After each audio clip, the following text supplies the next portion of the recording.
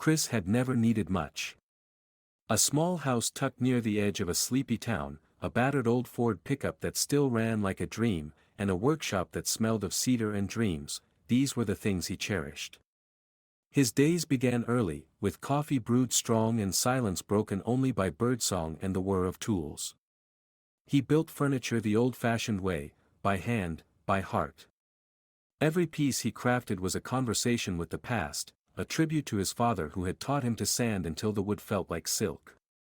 But Mia never understood that. She saw his life not as serene, but stagnant.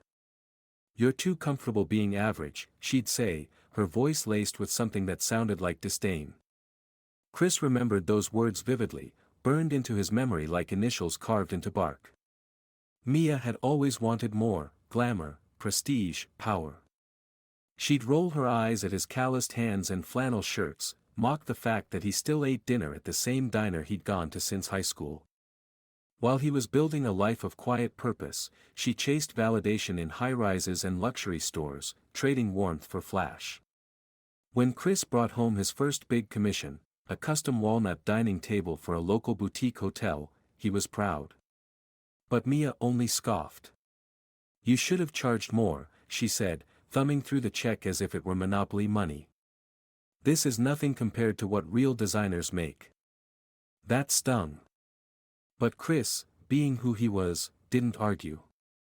He just went back to his shop, back to the scent of wood dust and quiet dignity. He thought love was about patience and time, things he had in abundance. Mia, on the other hand, measured worth in acceleration, in how fast one could climb and how loudly the world applauded. In conversations with friends, she'd subtly joke about his simple little business. To Chris, they were veiled insults. "He makes cute things," she once said at a party, laughing behind a wine glass, not knowing Chris had heard every word from the kitchen. The humiliation chipped away at him, more than he'd ever admit.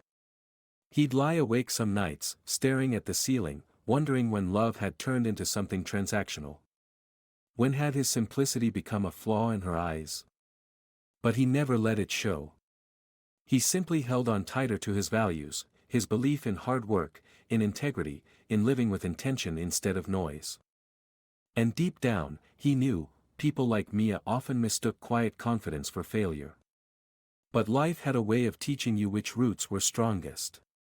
The ones that went deep. The ones that didn't need to shout to matter. Chris didn't need to prove her wrong. But one day, he would. The breaking point came on a Wednesday. It wasn't dramatic. There were no plates thrown, no voices raised high enough to shake the walls. No dramatic betrayal or earth-shattering revelation. Just the soft, steady erosion of respect, day after day, until something vital within Chris quietly snapped. They were sitting at the kitchen table, the late afternoon light casting long shadows across the floor. Chris had spent the morning sanding down a reclaimed oak slab, and there was still sawdust in his hair. Mia was scrolling through her phone with one hand while absent-mindedly stirring her coffee with the other.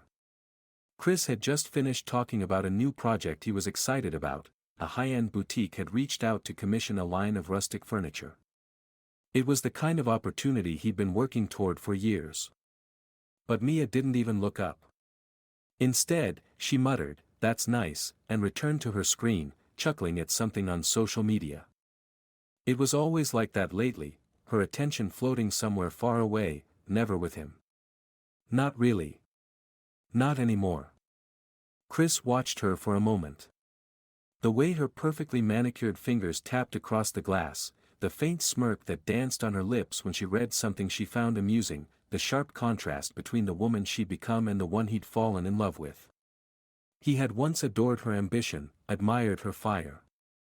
But now, all that energy felt misdirected. It no longer built things, it tore them down. He cleared his throat. "Do you ever listen when I talk anymore?" Mia looked up, startled, as if seeing him for the first time that day. "What do you mean?" "I mean," he said calmly, "I just told you something important to me, and you barely even blinked. It's like I don't matter unless I'm talking about something that fits into your world." She sighed, setting down her phone. Chris, I just don't get why you're still trying to make this little business your whole life. You're capable of more. You just choose not to reach higher. That's frustrating to watch. His jaw clenched at her words that weren't new, just delivered with a little less subtlety this time. And what exactly does higher mean to you? He asked, not because he didn't know the answer, but because he wanted to hear her say it. You know what I mean. More money. Bigger circles. Recognition that matters. People who actually influence things. Her voice was firm, even dismissive. You're playing small, Chris. That's the problem. He leaned back in his chair, the weight of years pressing against his chest. You call it small. I call it honest. I build things people keep for generations. You spend your time chasing approval from people who forget your name as soon as you leave the room. That hit a nerve. She crossed her arms, her tone sharp. So now I'm shallow. No, he replied evenly. Just lost. There was a long silence between them. Not the comfortable kind that speaks of knowing each other so well words aren't needed, but the kind that feels like a hallway with no door, no end, just cold, echoing distance. Chris stood up. His voice was quiet but unwavering. I think I've been trying to hold on to something that's already gone. Mia didn't speak, just stared at him, unreadable. I've been fighting for us, he continued, but it's become a one-man battle. And I'm tired, Mia. I can't keep defending my life to someone who doesn't believe in it. She scoffed, pushing back her chair. So what now? You walk away and go live your fairy tale in a cabin in the woods? He nodded once. Maybe I do. But at least it'll be real. Chris didn't pack that night. He didn't storm out. There was no suitcase slamming shut or dramatic monologue. He simply left the room, stepped into his shop, and stood there for a long time among the smell of cedar and varnish. It was the only place that still felt like home. The official end came 3 weeks later. Papers were signed. No custody battles, no heated disputes, just a quiet, almost clinical unraveling of what used to be love. To Mia, it felt like control. To Chris, it felt like freedom. She moved into a sleek condo in the city, surrounded by everything she said she wanted. Chris stayed where he was, but something had shifted in him. He was no longer apologizing for who he was. And for the first time in years, he felt light. Not because she was gone, but because he'd stopped trying to fit into someone else's dream. His own was just beginning. Chris didn't expect success to come quickly. That wasn't the way he was wired. He wasn't chasing some overnight miracle, just a life that made sense to him, honest work, clean lines, and a deep breath at the end of the day. So when Mia walked out of his life, there wasn't some grand declaration that he'd show her what she was missing. That kind of motivation burns out fast. Instead, he got up earlier, worked longer, and dreamed bigger, not for revenge, but for the man he still believed he could be. He poured himself into his workshop like never before. What had once been a side business making custom chairs and tables for locals turned into something far more serious. Word of mouth carried his name beyond the town lines. A boutique interior designer from Austin discovered his work on a client's Instagram and reached out. She ordered 2 handmade live-edge coffee tables and posted about them. Within a month, Chris had a waiting list. But it wasn't just about orders. It was about the rhythm he found in each day. There was something meditative in shaping raw wood into something that would outlast him. He learned to market himself, reluctantly at first, posting photos, writing about his process, even making short videos of his craft. People resonated with his authenticity. They weren't just buying furniture, they were buying a piece of his story. Chris's hands became the proof of his journey, calloused, nicked, but steady. And somewhere between the sanding blocks and finishing oils, the scars Mia had left behind began to fade. Not because they no longer mattered, but because they had taught him something vital: you can't grow roots in someone else's garden. He bought a second-hand CNC router to help scale production, hired a part-time assistant named Mateo, a young guy fresh out of vocational school who reminded Chris of himself 20 years earlier, and expanded into a larger space on the edge of town. Still humble, still grounded, but undeniably rising. When a lifestyle magazine reached out to do a feature on the artisan of Cedar Creek, Chris chuckled at the title. Artisan. It felt too lofty for a man who still wiped his hands on his jeans and brewed his coffee in a dented percolator. But he accepted the interview, mostly because he wanted to remind people that you don't need to live loud to live well. Recognition came slowly, like morning light creeping across a wood floor. A write-up here. A repost there.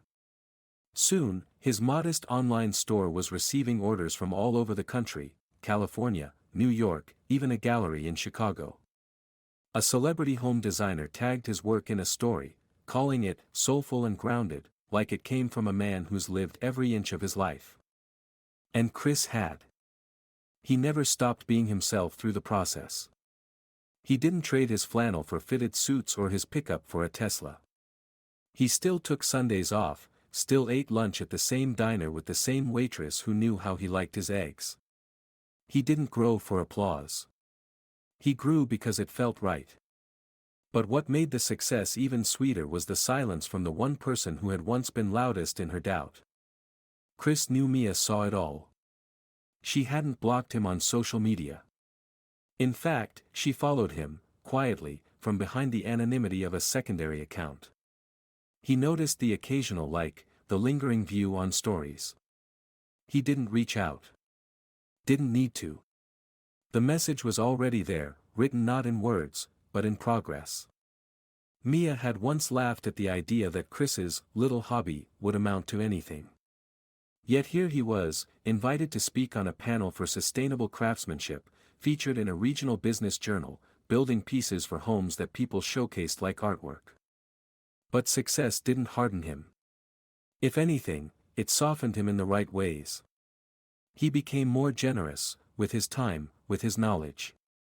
He mentored young craftsmen at a local high school, donated pieces to community auctions, and even started a small scholarship fund in his father's name to support students pursuing the trades. At night, he would sometimes sit on his porch with a cold beer in hand, looking out over the land behind his house. The stars felt closer now. Maybe because there was no weight pressing down on him. Maybe because he had made room in his life for peace to return. One evening, while watching the sky turn violet at dusk, he got a message. Simple. Familiar. Unmistakable. Hey. Just wanted to say, you've built something really incredible. Proud of you. He read it twice, smiled faintly, and let the phone rest beside him without replying. There was a time he might have responded.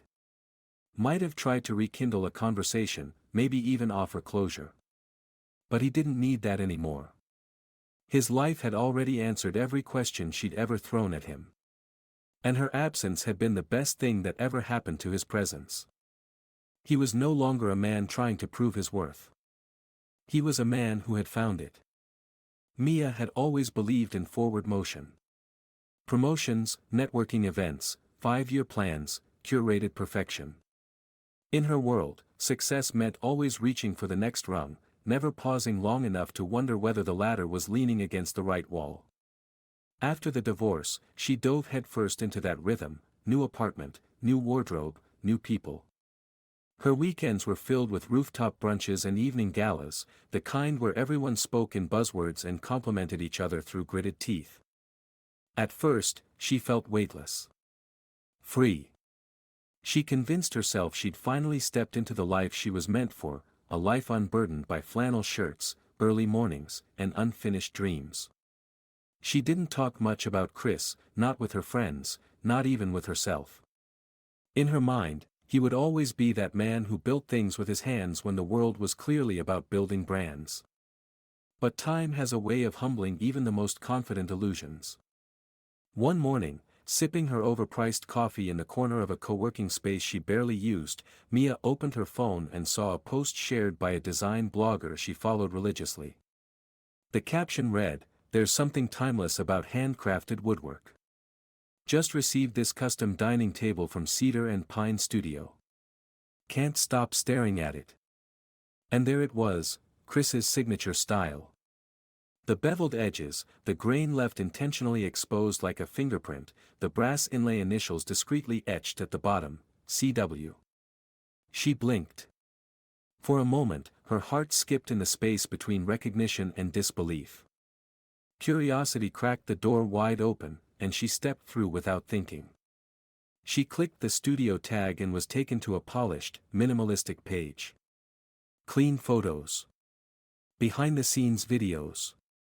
A short bio that read, Chris Walker, woodworker and designer. I build with heart, not for hype. She scrolled endlessly, each image a quiet contradiction to the man she used to criticize. There were hundreds of comments.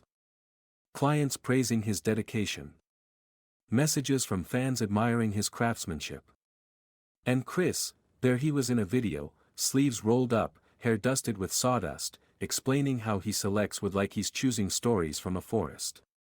The man she once belittled had grown into something quietly remarkable. Mia felt a strange tightening in her chest. It wasn't just envy. It was recognition. The kind that forces you to confront what you lost, not because someone changed, but because you never saw who they were in the first place. She started noticing him everywhere after that.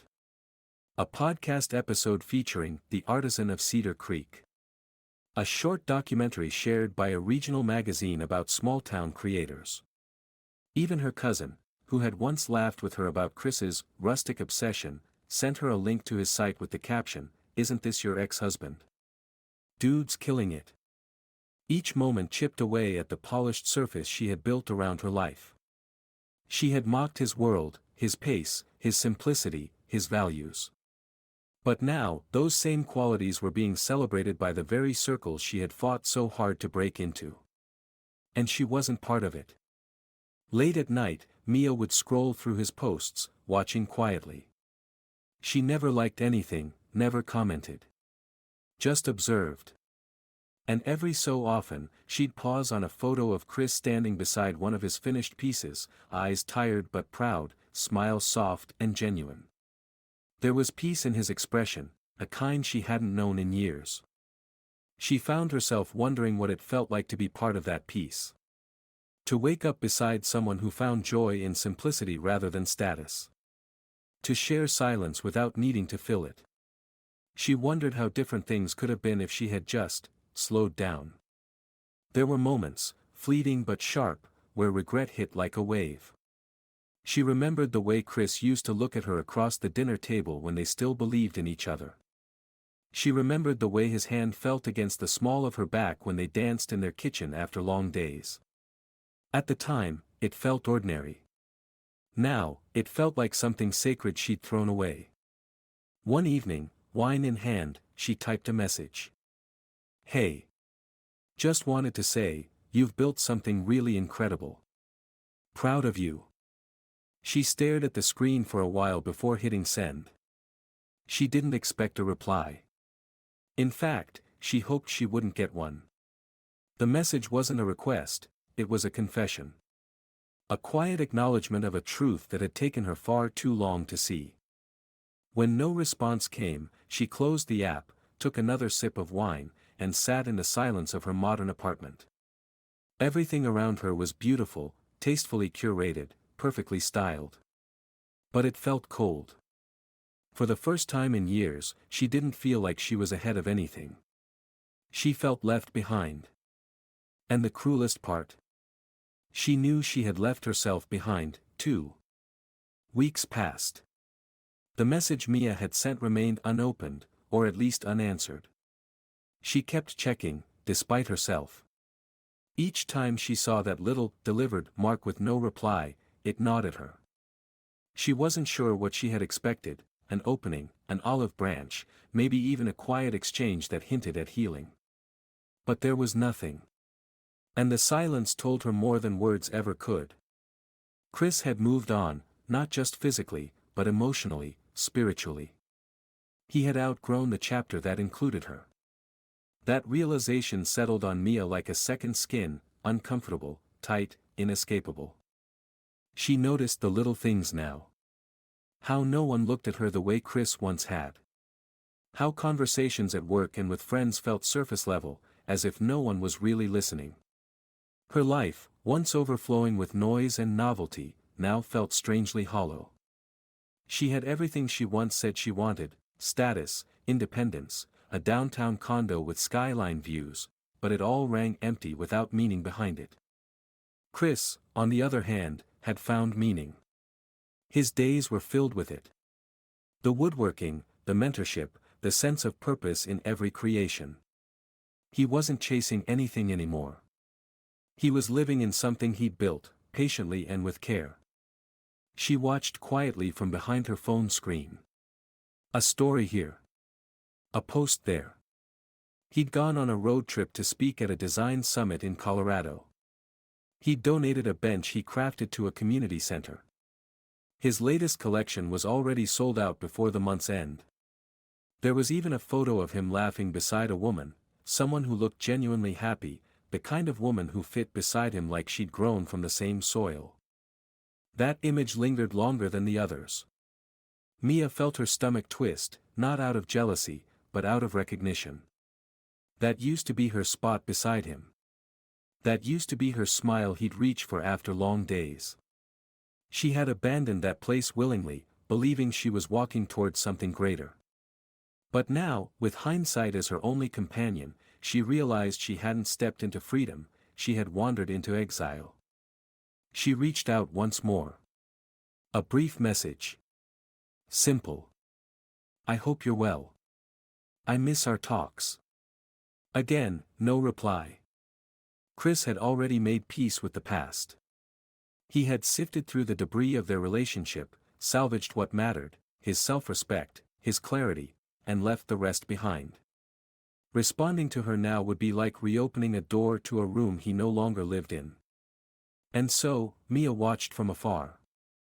A spectator to a life she could have been part of if she had valued it when it was hers. Her success now felt performative, an echo chamber of applause with no real audience. The compliments came from strangers, the achievements fleeting. Chris, in contrast, had created a life rooted in substance. He didn't need fanfare because he had fulfillment. He didn't need validation because he had peace. And Mia, once so certain she was outgrowing him, now understood that she had underestimated what it meant to grow at all. Some lessons arrived too late to change the outcome. All she could do now was scroll, remember, and wonder what might have been if she had chosen presence over pride, simplicity over spectacle, love over leverage. Chris wasn't angry. He wasn't bitter. He was simply done. And from the sidelines, Mia finally saw the cost of treating a quiet soul like a temporary stop on the way to something shinier. What she thought was small had become something whole. And she was no longer part of it.